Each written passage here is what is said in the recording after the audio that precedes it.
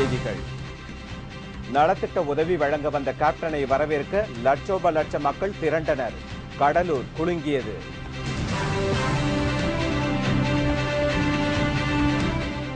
நாடாளுமன்றம் இன்று மீண்டும் கூடுகிறது.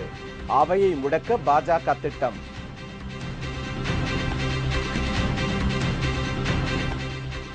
ஆசிரியர்களுக்கான தகுதி தேர்வை தமிழக அரசு ரத்து செய்ய வேண்டும்.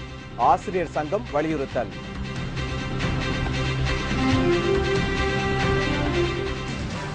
ஜெயலலிதா எப்போது ஆட்சிக்கு வந்தாலும் பேரழிவை சந்திக்கிறது தமிழகம். திருமதி பிரேமலதா விஜயகாந்த் பேச்சு.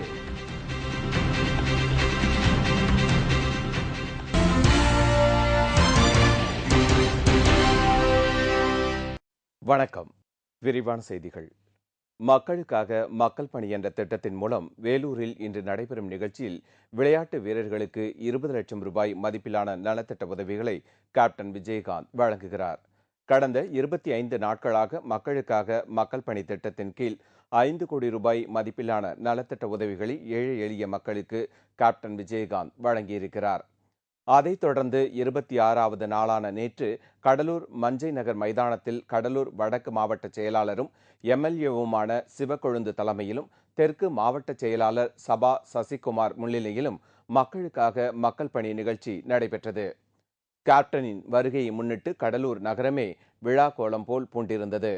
கேப்டனை வரவேற்க லட்சோப லட்சம் மக்கள் திரண்டதால் கடலூர் நகரமே குலுங்கியது.